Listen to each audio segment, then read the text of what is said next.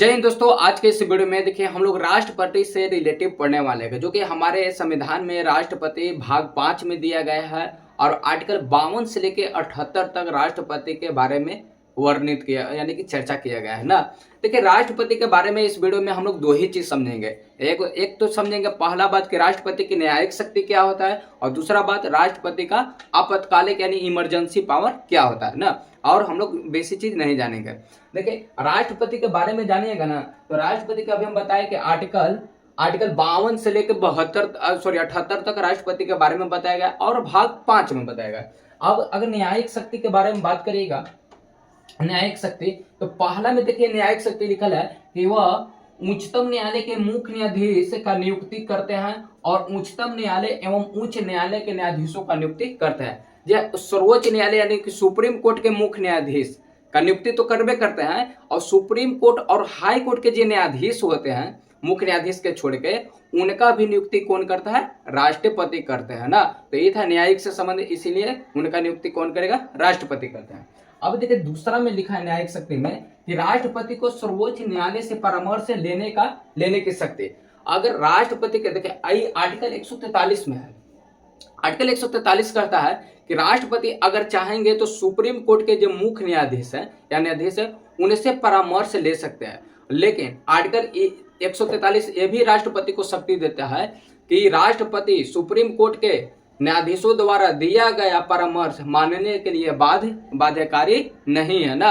अगर supreme court के कोई भी न्यायाधीश या मुख्य न्यायाधीश या न्यायाधीश से परामर्श लेते हैं तो वो चीज को बात को मानने के लिए राष्ट्रपति बाध्यकारी नहीं है। इसके लिए सुप्रीम कोर्ट कोई भी कदम नहीं उठाएगा कि आप हमको बात के नहीं माने, आप हम इस एक्ट के तहत ये करेंगे वो करेंगे, कुछ नहीं कर सकता है कि आर्टिकल 143 कोई भी प्रावधान नहीं करता।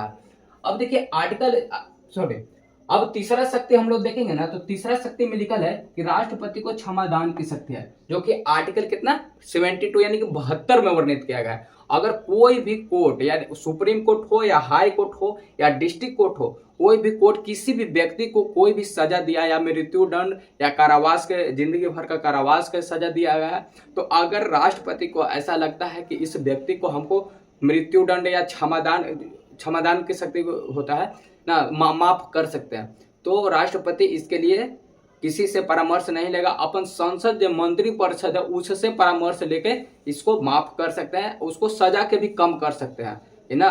तो ये आर्टिकल 72 में है जो कि न्यायिक से संबंधित था, जो कि ये तीनों जो शक्ति है न्यायिक से संबंधित है और तीनों शक्ति राष्ट्रपति के पास निहित होता है। अब देखिए राष्ट्रपति आपातकालीन इमरजेंसी में किस किस आर्टिकल का प्रयोग कर सकता है वो चीज के देखेंगे।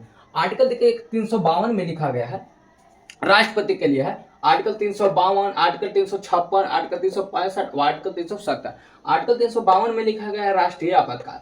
अगर राष्ट्रपति समझेंगे ना तो आर्टिकल 352 के तहत राष्ट्रीय आपातकाल लगा सकते हैं और 356 और 365 के तहत राष्ट्रपति शासन लगा सकते हैं और आर्टिकल 370 के तहत वित्तीय आपातकाल की घोषणा कर सकते हैं। तो ये था इस वीडियो में राष्ट्रपति का न्यायिक और आपातकाल यानी इमरजेंसी का पावर। अगर वीडियो अच्छा लगे तो लाइक जरूर कीजिएगा। तब तक के लिए धन्यवाद। जय हिंद, जय भारत।